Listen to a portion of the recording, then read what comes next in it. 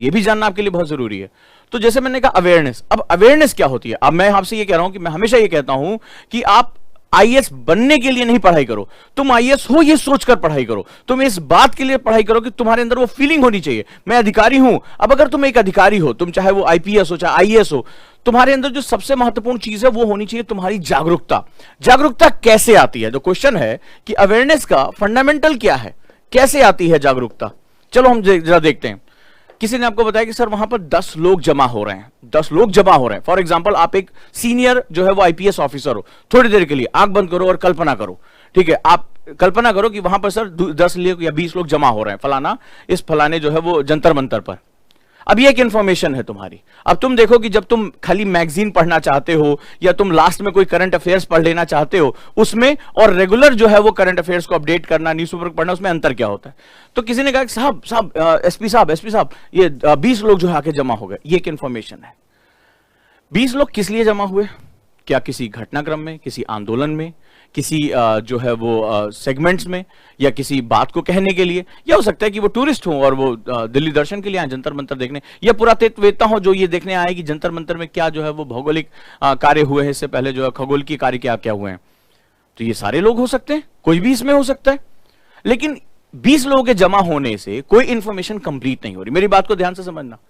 कब कंप्लीट होगी? जब आप इस पूरी घटनाक्रम के इनिशियल से लेकर अब तक के होने वाले समस्त डेवलपमेंट की चेन आपकी पकड़ में होगी।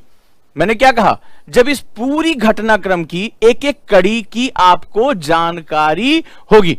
चंक ऑफ इंफॉर्मेशन यहां कोई काम नहीं करे। आप गलत नहीं, आप फोर्स लेके पहुंच गए, पता चला कि कुछ जापानी थे जो भारत में जंतर मंतर का दर्शन करने आते, आप जो है दांत निकाले है सॉरी, ठीक है, आप करते वो बाहर आ गए, नहीं काम चलेगा।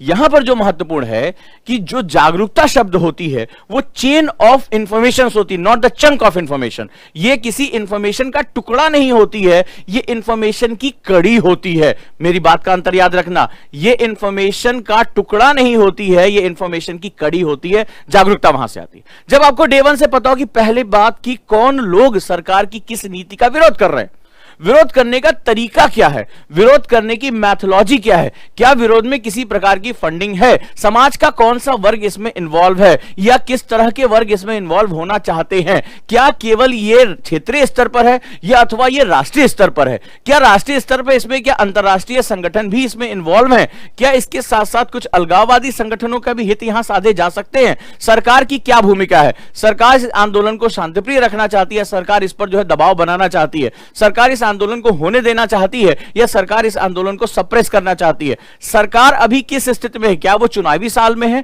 या वो एक ऐसे साल में जहां वो किसी भी प्रकार के दबाव को बर्दाश्त कर सकती है, सरकार के कितने लोग समर्थन